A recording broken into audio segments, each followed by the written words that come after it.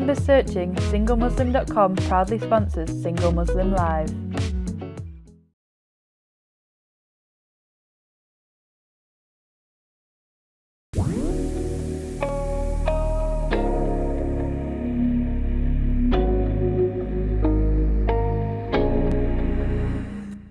Assalamu alaikum and welcome to Single Muslim Live here on British Muslim TV, sponsored by SingleMuslim.com.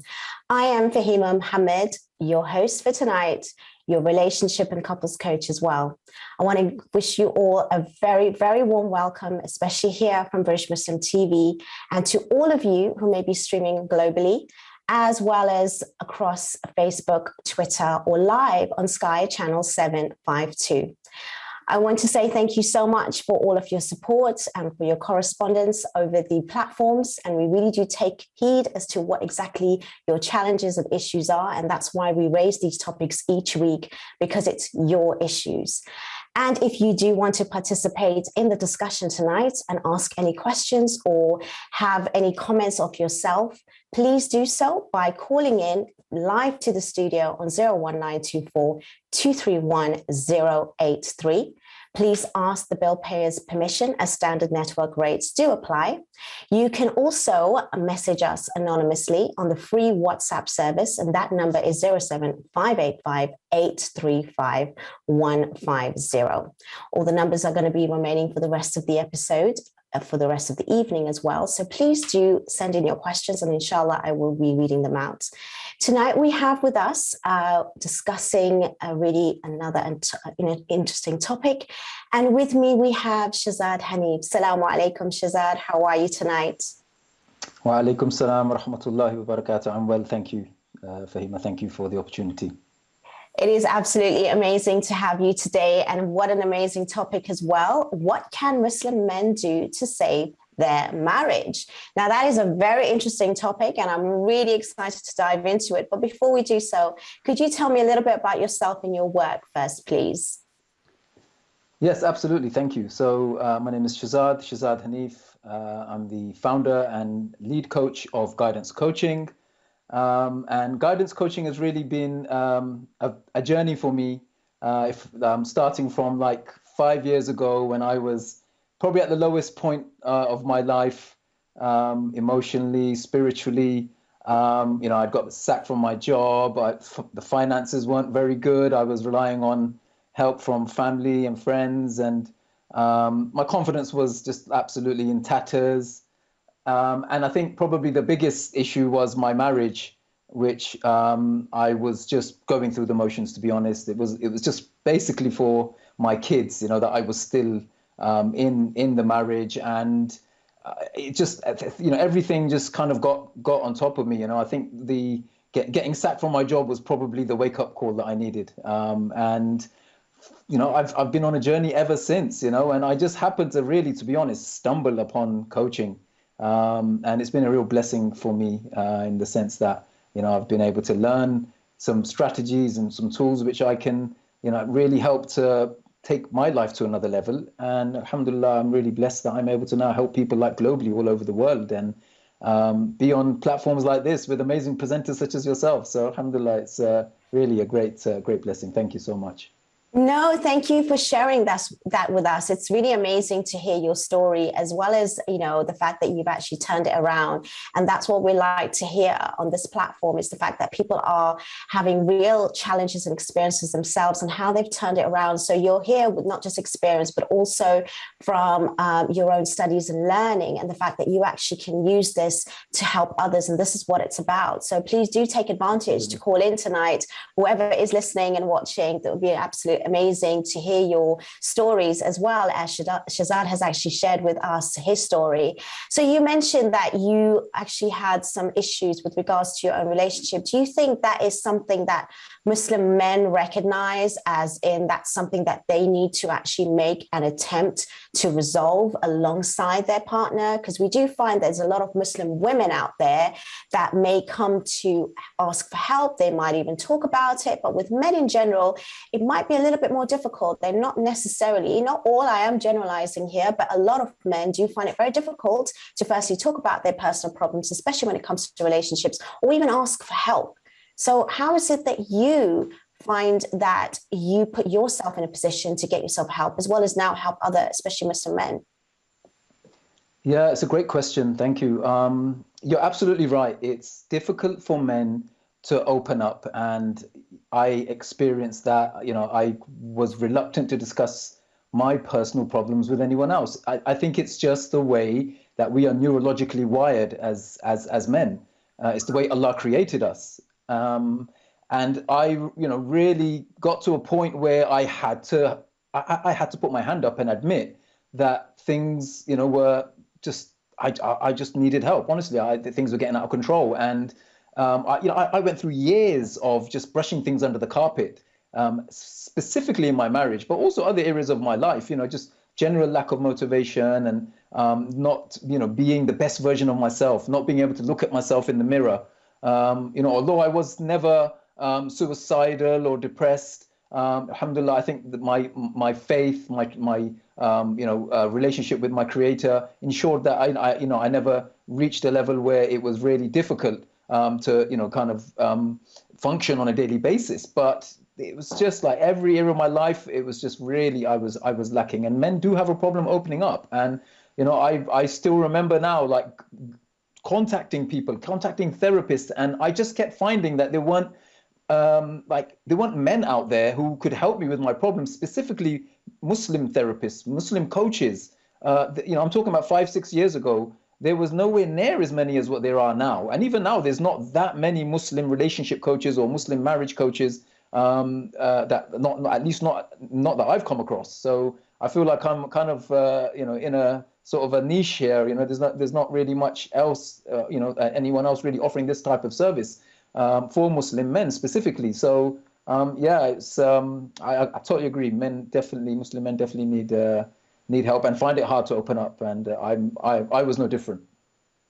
I love that you said that, because it is owning up, it's taking accountability, and it actually takes a man to be able to do that, to show that vulnerability, and to actually go and put themselves outside the box and actually go and seek some, guidance and help. And the fact that you're providing that, inshallah, more people are aware of your services and come to you for the specific need. So when it comes to the actual problems that men may face in marriages, that they may not speak about, what would be the most sort of like typical and common issues if they do approach you with their marital issues? What is it from their point of view? Because I always find that it's really interesting that, even as women, it's really important that we understand a man's mind. A lot of the times, we do talk a lot. So, they cannot get away from understanding us to a certain extent, but we need to know what's in your head. What is it that you're saying? I mean, we might say the same words, speaking the same metaphors, but there's different interpretations and meaning. And I think with men and women, it can slightly differ.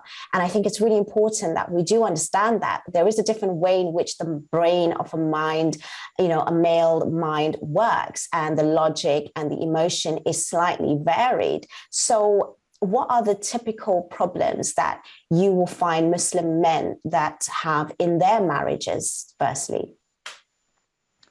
Yeah, excellent question. Once again, thank you. Absolutely. Muslim men, we are, as human beings, we are similar. So if we look at Muslim men and Muslim women in terms of the marital aspect of it, it's a union of two people who, and it's like a joint sovereignty. A Muslim marriage is like a joint sovereignty, okay? However, Allah has created us different, physically, and also in terms of our human needs, our psychological needs, our emotional needs. So I feel like men, find it hard to express themselves.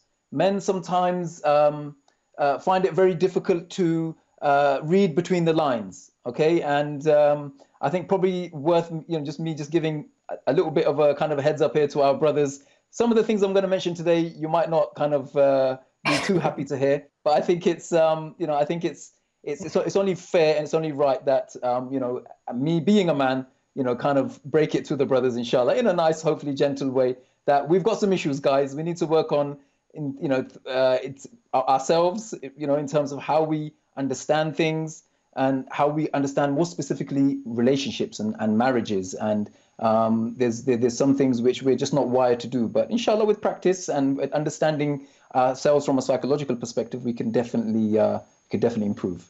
I'm glad you said that. I probably get into trouble saying that about, the way in which you are wired in a particular way and limited. No, but anyway, I'm really happy that we can actually have this conversation. It's an open platform. It's an open conversation. It's a real issue, unfortunately. It's not to say that anyone's less or more. It's just to say that there are different challenges that men and women face, and especially when it comes to their relationships. And all we want is to make sure that you have amazing relationships, and to bring out these topics and to bring out these issues is only to help you move forward so that you don't have to have these problems in the future, inshallah. So when it comes to some of the actual mistakes that men make in their relationships, what would be one of the things that you would say that they need to sort of own up to, as well as raise maybe to their partners or actually for outside assistance? Yeah, absolutely. Great question. I mean, for me, I'm going to cut to the chase. I'm not going to hold anything back. I'm going to share some of the best stuff that I've learned from, some of the best mentors in the personal development industry, both in the Muslim world through some of my teachings with some of the best scholars, but also in the field of personal development, with some of my mentors that I've learned from. Men really need to understand that whatever I believe. So here's a catchphrase, right? Whatever you believe is true. Okay. Now, if you believe that your marriage is not a match made in heaven, that your wife is not good enough, or maybe some of you feel sorry for yourself and you just feel that, poor me, I'm in this marriage, I don't know what to do. Whatever you believe will become true. Okay. Or to put it another way, wherever focus goes, energy flows. Right. So whatever you focus on expands. So I think that probably is the biggest thing that I would say, the biggest mistake that us men are making, is that we believe that whatever we are thinking in our head becomes a self-fulfilling prophecy. So we need to shift that and start thinking in a more empowering way, in a more productive. I love that, Shehzad. I love that. You're sharing and dropping so much gems right now, and I'm going to use that. But you know what? We're going to go into a break, and I'm going to come back and question you. And obviously, we're going to have much more tips, because this is getting really warmed up right now and really exciting. So please do stay tuned. We will be going into a very short break, but we're going to be back and we're going to be asking more questions to Brother Shehzad. And I hope to see you in a few moments. Take care. Assalamu alaikum.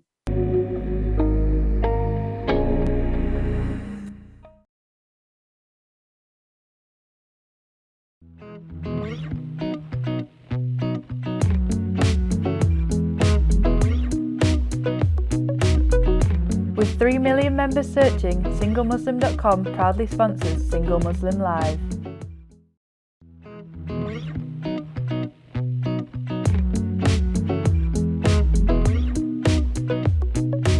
With 3 million members searching, SingleMuslim.com proudly sponsors Single Muslim Live.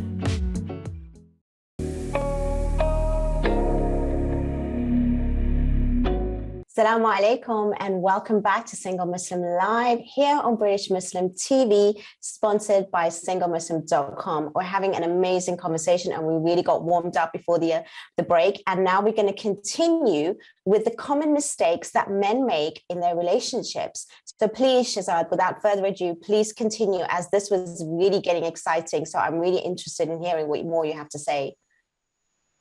Yeah, absolutely. So as I was saying, that men need to really change their way of thinking, their perspective, okay? So brothers, whatever you believe will become true. If you believe you're not good enough in your relationship, then that is what will manifest, okay? So like we need to really understand the dynamics of Muslim marriages and how we are, like I said, it's a joint sovereignty, but we are created differently, okay? So there's three things, brothers, that I would really like to share with you here. Right? They're real nuggets, okay? 3 things that you need to be aware of, which will really push your spouse away, and in some cases will actually be a stimulus for the marriage to end, okay? And these are common mistakes that Muslim brothers will make, okay? So there's something called the 3 U's, okay? The 3 U's are the following: unseen, unheard, and unsafe. If a woman, a Muslim woman, or anyone in any type of relationship, specifically a woman, someone with feminine energy, feels unheard, unsafe, or unseen, that is a showstopper. Okay? So if you're not communicating with your wife, if you're not making her feel heard, if you're not appreciating her, the way she looks, the things she's doing, all those little things, the word thank you is not on your tongue all the time, like that is a problem. Okay?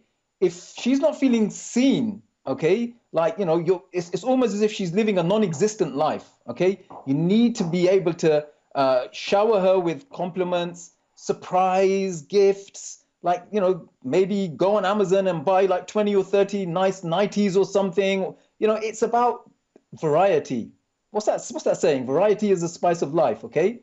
And then unsafe. If she doesn't feel safe in your company, if she doesn't feel safe or certain that this relationship is going to last, okay, then that is a big problem. Okay? Now, those three things, believe me, just those three, I mean, there's so much to cover and so much to discuss, but just those three U's are like so common, and it's not your fault. Most men out there don't know about this. Okay?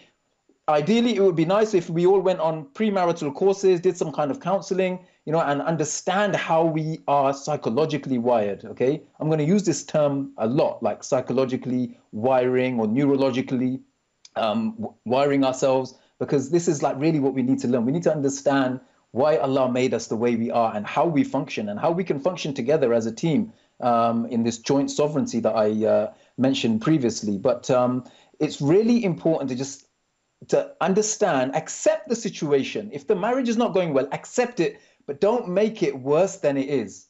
And I think that is such a big problem, okay? Because we act so instinctively based on thought, okay? So we have to try to understand there's a concept here, and I'm going to be throwing a lot at you guys, okay? So I hope that there's people writing something down, or maybe you can watch a replay. I certainly am. No, I love it. So far, I'm writing it down, and it's really important that we do have men like yourself who are actually sort of like kind of role models, and you've been through it and you've actually studied and you've come back to actually make a difference. And this is why it's really important. I love the 3 U's. I love that you use that as a very simple terminology and technique for men to be aware.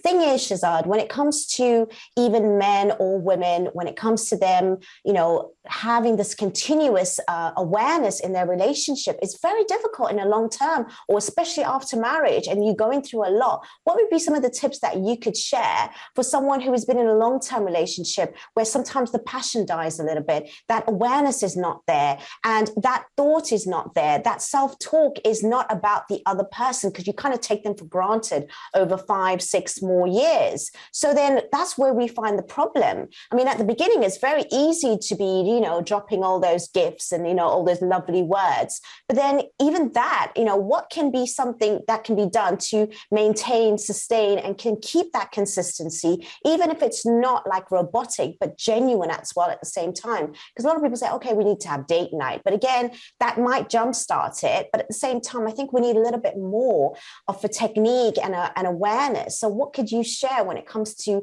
the long-term marriages to revive and, extend that spark throughout the years of marriage?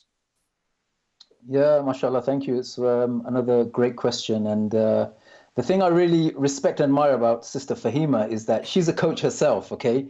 So the questions she's asking are very intricate, they're very deliberate, and they allow the person who's answering to give like the maximum amount of value. So you guys are very, very blessed. I just want to say this, okay, to have someone like Fahima as a host, because she's very articulate and very intelligent, and that really helps the audience in terms of you guys getting the value and the nuggets that you need to get the results that, inshallah, that can help you to make that shift in your marriage. And the reality is, so many of you are so disgruntled and so sad about what the situation is in your marriage. But you know what the truth is? If you can make a 2 millimeter shift in the dynamics of your marriage over a period of time, that 2 millimeter shift will really move the needle, because you're then pushing the graph of your marriage in an ascendancy. It's an upward curve, and that 2 millimeter shift will really, over a period of months and years, will help to change the dynamics of that relationship. one very simple, in answer to your question, Fahima, one very simple tip that I would like to share with people is an acronym that we use in our Effortless Marriage program, which I'm the co-founder of alongside my fellow coach, Safia Haq, who I believe may have come on here as well, or maybe coming in the future. So we have a marital program designed for Muslim couples. And within that program, we have an acronym called LOVE, where the L stands for learning about yourself and your spouse. O is for overcoming challenges. V is for vision. And E is for executing the plan. Okay, now let's use the analogy of a car. If you get that car serviced and MOT'd, my car's due for service, right? I went to my local garage and they said to me, "Oh, you've still got a month left." So okay, no problem. I'll come back in a couple of weeks' time or whatever. But why am I doing that? Because I know that if I get my car serviced, if I get it MOT'd, that will ensure the longevity of that vehicle. Okay. Now, similarly, in our marriage, as husband and wife, we need to sit together. Like, maybe like Christmas time is good, okay? Regardless of whether you celebrate Christmas or not, it's a holiday period, right? We all, can use that as an opportunity to set our goals, to reboot our lives, okay? So maybe you need to sit as a husband and wife and go through this love acronym and say, like, where are we in this relationship? What are the obstacles? What are the challenges? What's the pain points? What is the vision for our relationship, right? Like I said at the beginning, these are things that we should do pre-marriage, okay? But you can definitely every 6 months, every 12 months, sit down together and make that roadmap, that blueprint for your marriage. And that really is like a game changer in the sense that, like you mentioned about losing the spark in the marriage, and things become very ritualistic and you're just going through the motions, there's no real chemistry there. That tends to happen when you stop contributing towards a relationship. When you stop doing that, service, that MOT, your relationship needs the same. It needs to be reinvigorated, okay? So if you're not contributing, like for example, let's take big business. If you're in business, there's two things that you need to really be successful in business, okay? There's two amongst many, but two key things are innovation and contribution. If you're not innovating in your business, thinking about new ideas, you're not up to date with technology and what's going on, okay? And if you're not contributing to your audience, to your clients, you're not treating them like family. Like I make dua for my clients. I make dua for them, like, Ya Allah, bless them, make things easy for them, because they're like my family. They're a part of me. They are the people who have put me in the position that I'm, in today, where I can help people on such a global scale, right? So like, you got to really innovate and contribute in this relationship. And the LOVE acronym is great in that regards, because I think it really helps you to just restock, reset that whole relationship. Where are we? Like, what do we need to learn about ourselves and each other, and then really put a strategy or plan together and then just execute. Once you make an intention. Yeah, that absolutely. is amazing. I really do love not just the way in which you keep it very simplified for people to follow, especially with the 3 U's and the LOVE acronym, but the fact that, we are definitely learning about a man's mind, how they put the effort into their car, which they love, into their business and their work, and how important it is that a man's contribution, like you said, to their relationship, because it's always, majority of the time, left up to the women, especially in our Muslim community, in order to fix it, make it work. And even other women, especially the elders, might say, well, no, it's up to the women. But you are now breaking ground by actually saying that it does take two, and a man's responsibility is not just protectors and providers, but also stepping up into helping to make that relationship work. And I think that's a really important takeaway for this long-term marriage to last, where two people are making just as much effort, and the contribution from a man is just as important.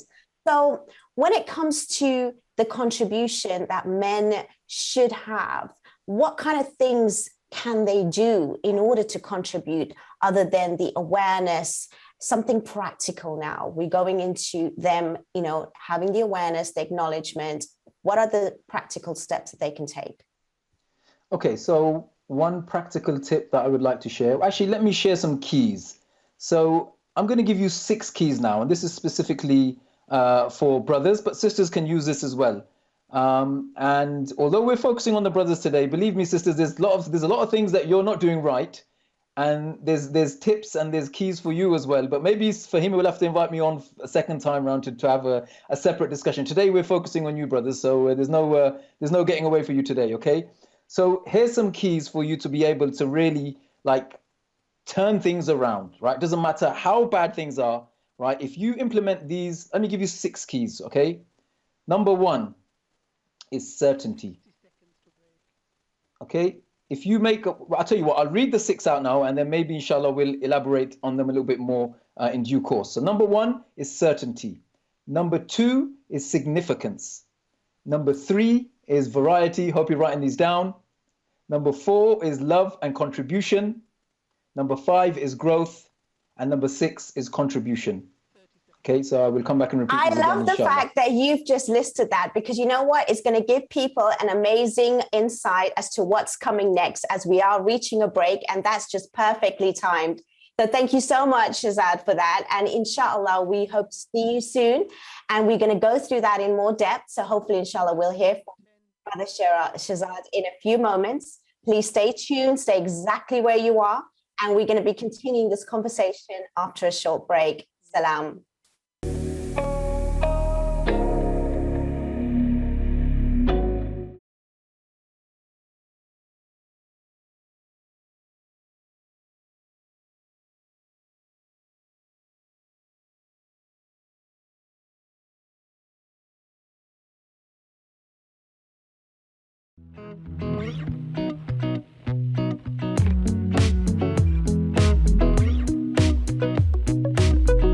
With 3 million members searching, SingleMuslim.com proudly sponsors Single Muslim Live.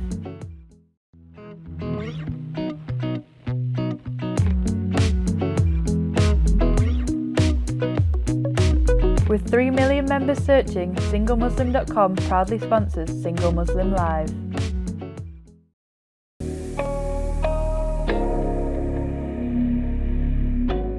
Assalamu alaikum and welcome back to Single Muslim Live here on British Muslim TV, sponsored by SingleMuslim.com.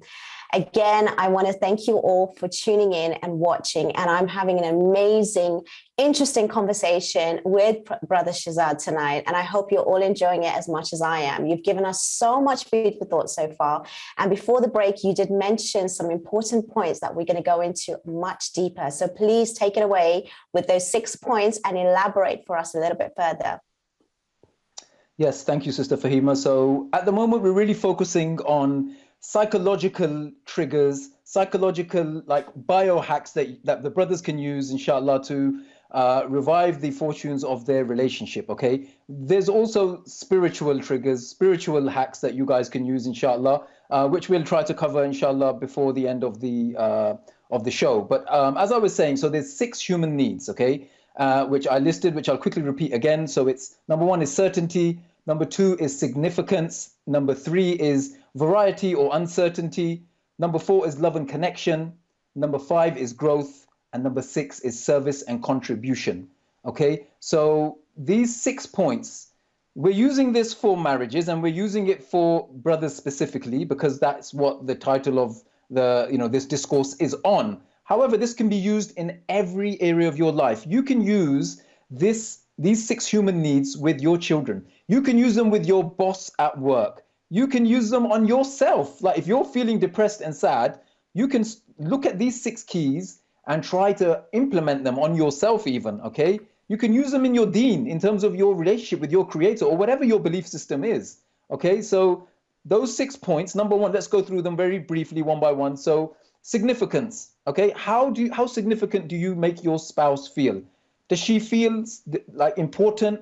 You know, is she made to feel like she is the queen of your life, of your house, of your marriage, of your home, right? So significance is like, it encompasses so many different things. You know, I touched upon things like compliments. You know, just it doesn't cost anything to say thank you, and doesn't cost anything to tell your spouse that she looks beautiful, you know, and the food was amazing. If she's cooked for you, if you're really lucky that she's cooked you a meal, you should be grateful and say thank you, rather than complaining that, oh, it was okay, or you don't even give a comment, or you complain because it was too much salt. I mean, this is just like absolutely unacceptable, right? You can't you can't make a person feel insignificant in a marriage.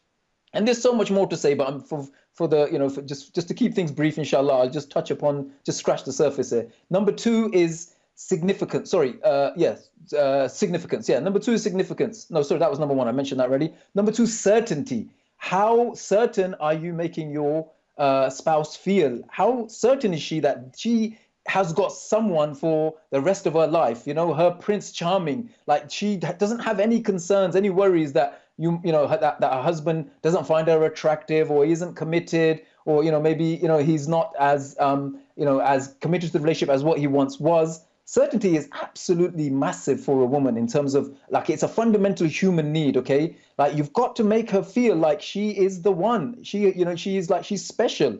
If you're not doing that, then you need to up your game, because this is you don't get many chances in life. Okay, there's only usually one shot at marriage. Okay, for most people. So you've got to try and make the best of it. Make them feel certain, right? Give them certainty. Number three is about giving that variety. I talked about going on Amazon and buying 20 nighties or whatever, buying some gifts, some nice perfumes, spoiling them, right? Learn about her love language and communicate with her in that love language. So, for example, I used to have a lot of problems with my wife in terms of communication. So I got married with someone from back home in Pakistan, and there was a lot of communication barriers there.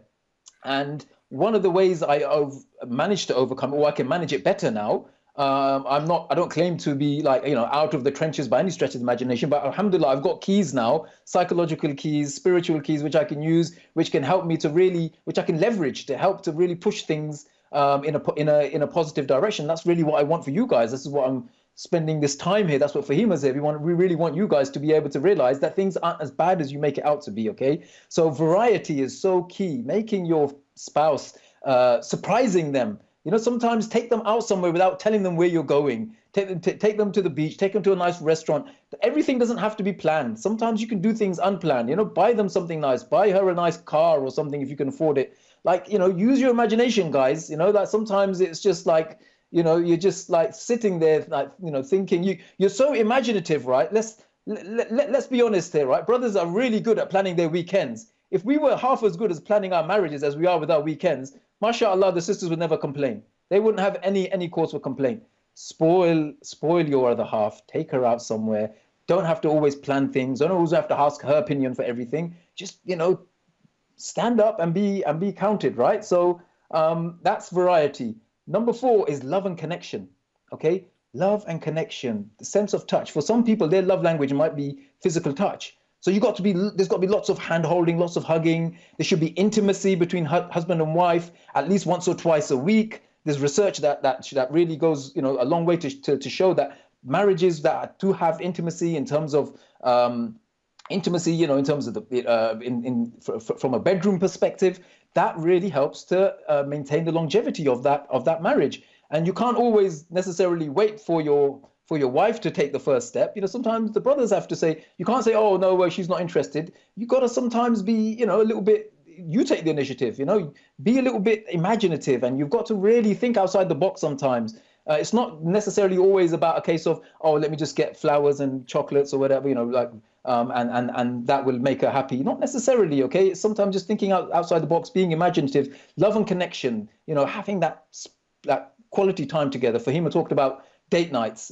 That's a great concept, but then you've got to do it consistently, right? That's the key thing. People do it once and then say, yeah, it was okay, but they never really get back to doing it again. Number five, growth. If you're not growing, you're dying, okay? In terms of a marriage perspective. So if you're not adding value to this marriage, I talked about innovation earlier. You've got to really be innovating and adding so much value to this marriage so that your spouse is constantly on edge, right? They're alert. They don't really quite know what to expect next from you in a nice way, okay? In a positive way. So growth, adding value to that relationship on a daily basis. You can't say that, oh, I took her out last week, so that's it, I'm done now for another 3 months, 6 months. It's a daily effort. It could be something as simple as going for a 5-10 minute walk with your spouse. Could be going to shopping together, right? Tesco's, whatever, right? It doesn't have to be something really, really amazing and expensive, but it's quality time, and it's thinking about, thinking outside the box and growing together. If you're not growing as a relationship, you're dying on a constant daily basis. And then the sixth point, last but not least, service and contribution. How are you serving this contribution? Okay, there's a catchphrase which one of my mentors use. He says, trade your expectations for appreciation and everything will change. Stop thinking about what she is not doing right. Think about all the beauty in her. Think about all the good things that she does for you. Think about the fact that she's preserving her chastity, okay? That she doesn't badmouth you, to others. That she covers up, she covers up your shortcomings. Okay, if she was to expose everything about you, then you might not be so popular in the mosque. You might not be so popular amongst your friends. You might not be so popular in the community. Okay, so there's a lot of good in your spouse, which you need to understand. And with service and contribution, when you have a mindset that I want to contribute to this marriage, not take, I want to give, I want to serve. I am a khadim. I want to serve.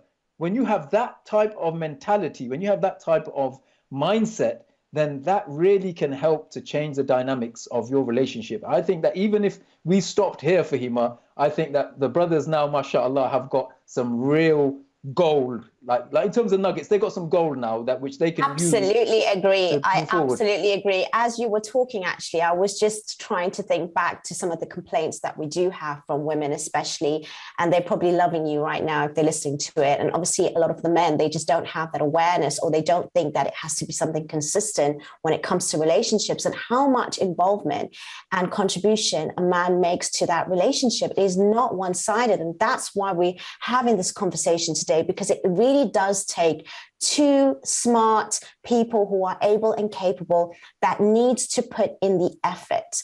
And the thing is, it does, the things that you raised about, making a woman feel certain, wanted, acknowledged, these are such simple things and acts that, that can really change and turn around your relationship literally overnight.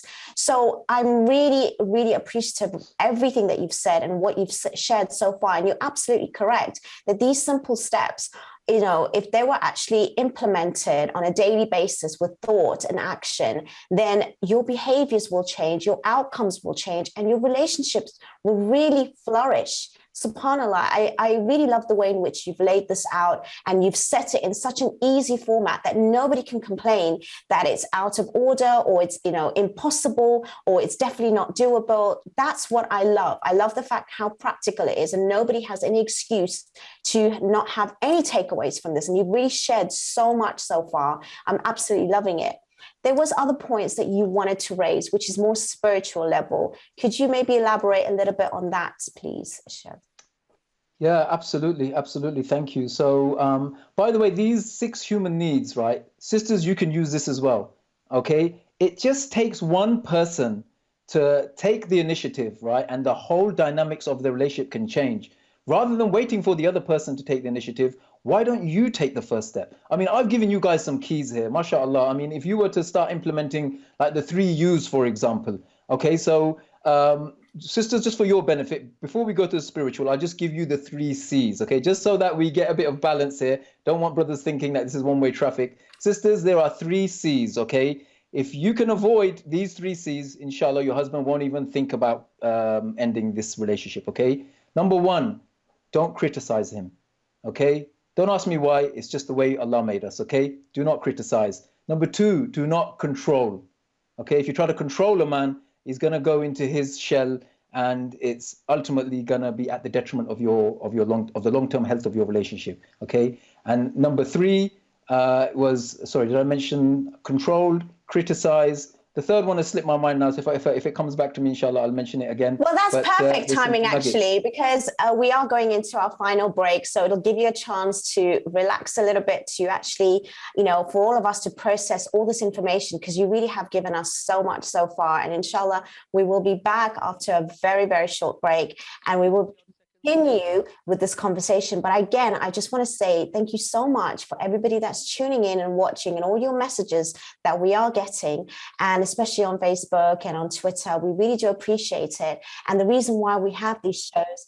is because you are asking for these types of topics, and we are providing it.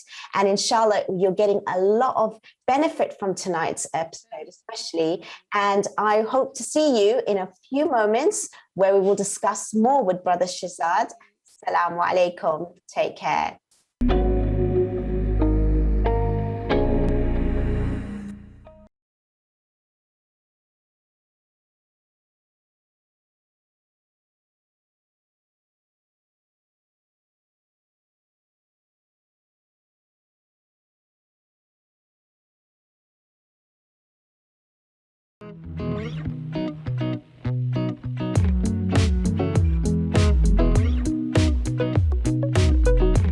With 3 million members searching, SingleMuslim.com proudly sponsors Single Muslim Live.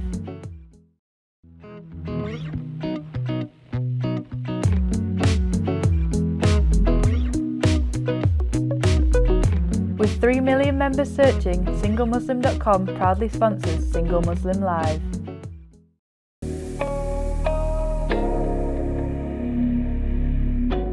Assalamu alaikum and welcome back to Single Muslim Live here on British Muslim TV, sponsored by SingleMuslim.com. We're here on the final part of this episode. It's gone so quickly and we've taken away so much from Brother Shehzad. Thank you so much for sharing so many tips. And I have actually been taking notes, by the way. So I'm going to be using and stealing some of your thoughts as well. We did end by sort of stating the 3 don'ts that, women especially should not do for their partner. And that was don't criticize, don't control. And the last one was don't close yourself off, because a lot of us can go silent when we have an issue and we feel that nothing's working, and that could be just as detrimental. So do you want to go into this a little bit deeper, Brother Shehzad, and then we can move on to the final part of what exactly that we need to do and realize, especially for our male gender for tonight, because this is a real treat for you guys. Honestly, I love everything that you've said, and it only takes a man to really wake you up. So you know what? I'll take it away, please. Yeah, absolutely. Thank you, Fahima. Guys, I'm happy to take the hit, right? I'm a guy as well, so maybe they might be a little bit more gentle with me. I don't know, right? But I think that brothers need to really take the responsibility for the marriage. Okay, you can't pass the buck. You can't complain about. We've become an ummah of complaint rather than an ummah of gratitude, right? When I look at personal development, gurus and mentors talking about abundance mindset as opposed to a scarcity mindset, this is something which should be like the default for people in the Muslim community, okay? Because we're the people of shukr, of gratitude. Nobody should feel afraid of us in terms of our demeanor or the way we talk or the way we conduct our affairs, right? We should be shining like a beauty mark on society, especially as a minority, right? Everything we do should be beautiful. We should speak beautifully. We should look nice and eloquent, speak eloquent. But that's a separate topic for another day, maybe. In terms of the 3 C's, like Sister Fahima said, thank you for mentioning the third one, which was close. Don't close yourself off. It's amazing what a nice 2-minute break can do. Just a little bit of water refreshes the memory. I forgot the third point, so thank you for reminding me, Fahima. Don't close yourself off, okay? When you close yourself off to your man, then that really will cause him to retreat. And as I said previously, the long-term health of the relationship will not really, it won't be a level 10 relationship. It'll be a relationship which you could still maybe get by, but it won't be optimum. And we want all of our relationships, all of our marriages to be a level 10, okay? Because we only live once, right? So why should we only, why should we accept something which is half baked or not, as good as it could be? We should aim for the best. And as Muslims, we know this already. It's part of our deen that we strive for excellence, okay, in everything that we do, in deen and dunya, okay? So I hope those 3 C's were beneficial. I just wanted to redress the balance a little bit, just to give a little bit of add some fairness to the discussion, inshallah. But hopefully we can do something specifically aimed at the sisters and some tips for yourselves, for your good selves next time, inshallah. Moving on to some spiritual tips. Firstly, I just want to mention I'm not a scholar, I'm not an alim. Okay, I'm just relaying things that have worked for me personally in my marital life, in my life in general. And also for my clients, I've had some amazing results. And these spiritual, there's many, but I'll touch upon a couple, inshallah. There's so much here to discuss, right? Like I said, we're scratching the surface. We need to really speak, on a consistent basis. I mean, you need to really have someone who you can make yourself accountable to. Honestly, in order for you to be able to implement all of these things that I've mentioned today, even if you were to implement one thing that I've said today, it would change the dynamics of your relationship. However, the problem is people aren't able to maintain it. Okay, how do you maintain it? That's by having someone there to make you accountable. And inshallah, maybe we can touch upon that in the end. But in terms of some spiritual remedies, some tips that I would like to share, one thing that I really would recommend is giving sadaqah. Okay, put let me give you a very simple. I love to keep things very, very simple. Okay, it's the whole essence of my work that I do. That everything is simple, that anyone can understand. Okay, it doesn't matter how tough and difficult the concept is. I will try to break it down so that everyone can. So that I can understand it. If I can understand it, I went to school. I didn't do particularly well. I didn't get very good GCSEs or anything like that. Okay, so I use myself as a barometer. If I understand it, I think inshallah the common layman on the street will be able to, the common person on the street will be able to understand as well. Okay, so sadaqah is charity. Okay, let me give you a very simple remedy. Get a small box, okay, and keep that aside and just put some amount of money, 10p, 20p, 50p, a dollar, a cent, whatever currency, wherever you are in the world, like put a small amount which is affordable for you on a daily basis. Okay, every day, put that money in that box, pray 2 units of prayer, 2 rak'ah. Okay, I heard something very beautiful earlier. A sheikh was speaking and he said, there's something called the 3 twos. Okay, here's another nice anecdote for you all. Okay, 2 tears. That's the first 2. The second 2 is 2 a.m. Okay, so 2 tears, 2 a.m. And the third 2 is 2 units of voluntary prayer. Qiyamul Layl, Tahajjud, Salatul Hajjah, whatever you want to call it, okay? The 3 twos. If you implement those 3 twos, okay, for some of us, it's difficult to get up at 2 a.m. in the morning. Like, do it before you go to sleep.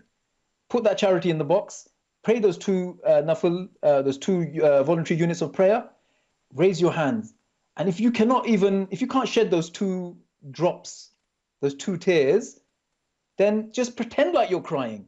The game that we're doing here, the essence of what we're trying to do here is to invite Allah's mercy, invite Allah's blessings, is to humble ourselves before our Creator. Oh Allah, I'm nothing. I know nothing. You know everything. Okay, you're the all healer. You're the all hearer, the Creator of the heavens and the earth. You know my condition. You know how weak I am. You know my situation. Ya Allah, I turn my affairs over to you. Okay, so when you're invoking His help, you're beseeching Him for His help, okay, then will He not help you? He never rejects a prayer, okay? So like you have to really humble yourself. You have to humble yourself, you have to ask, you have to make a lot of dua, profuse, and it has to be done. Here's the secret. You got to do this every day. It's the small actions that Allah loves, the small but consistent actions, okay? What happens, what I, would do in the past, and still sometimes we fall into this trap, is that we'll make one big concerted attempt. We'll pray for 10 minutes, 20 minutes, an hour, all night, maybe some of you, and then after that, it's like, I was up all night last Friday, night of Jummah, what such a blessing night. I was making all this prayer, but nothing came of it, Astaghfirullah, like who are we to make a judgment? He knows what's best. How do we know how many calamities He's pushing away from us through our prayers? Just because we don't have visibility of the unseen, it doesn't mean that we can make a judgment, okay? So like, make that action small, make it consistent. Like I said, get that box of charity, put some money in there, a small amount, and every day, like, just make dua. Ask Allah, ask Him to help you. It's so common now to hear brothers and sisters say, oh, yes, I make dua every day, I'm making dua. But dua nowadays, to be honest, is not being made with conviction. Dua today is not being made with certainty, okay? Dua nowadays is like very real. It's very ritualistic, to be honest. Okay, I'm talking about myself here. I'm the first one to be admonished. Okay, everything that I'm saying, this is advice for me first and foremost. The words coming out of my mouth are penetrating my heart first, are coming into my ear first before they help anyone else. Okay, so please don't think that, oh, who's this dude here who's turned up on a Thursday evening on British Muslim TV lecturing us. Like I said, I'm nothing. I'm not qualified, but there's some things which have helped me. Okay, and help like hundreds of thousands of people around the globe, and I'm sharing them with you, and it's up to you whether you take it or not. So there's my spiritual disclaimer as well. Okay, whatever I'm saying, if you think it's right, it's right. If you think it's wrong, it's wrong. Take it or leave it. It's up to you. Okay, but daily sadaqah is amazing. Okay, that's number 1.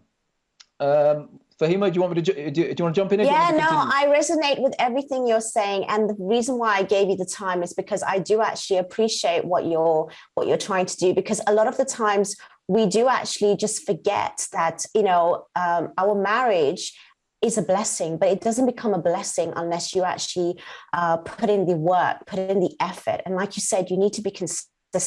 And I think the best way that you described that we do need to actually is to humble ourselves in front of our Creator and to take those extra steps aside from the actual fundamentals that we have to, and the obligatory. We have to do the extra in order to receive what we desire. And sadaqah is an amazing way of doing it. The extra salah is amazing. And you actually turning to your Creator does make a huge difference on your troubles, and especially in your relationships. If you want to, even as men, be successful in your business and to actually drive and be an influencer, it really does start at home. If you cannot make it at home, that's what I always say, then you're not going to survive in that outside world. But people look at it in the opposite terms. And so I'm really glad that you came on tonight to share all of this. And it's been an absolute pleasure. Really vital information, very simplified from really complicated psychological strategies that you've broken down so that everybody can take away from this.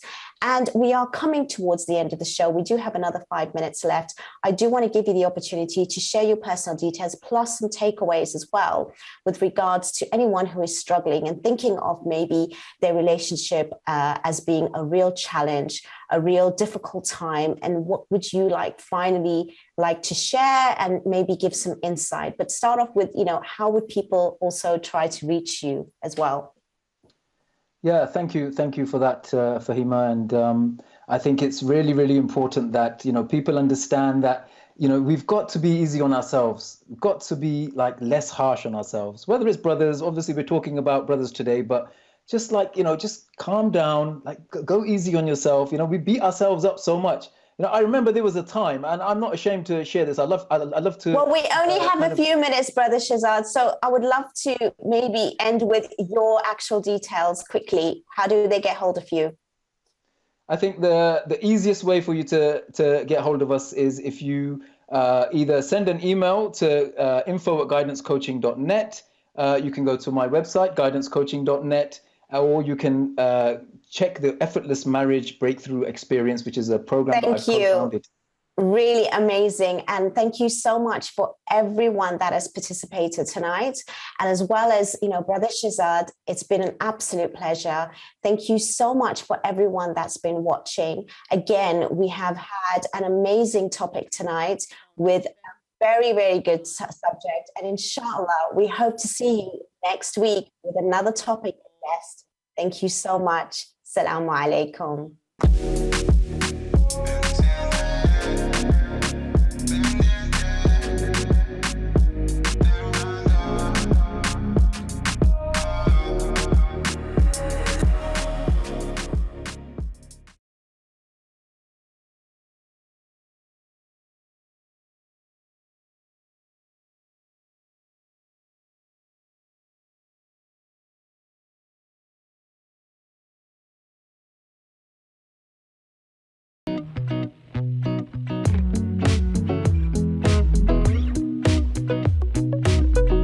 With 3 million members searching, SingleMuslim.com proudly sponsors Single Muslim Live.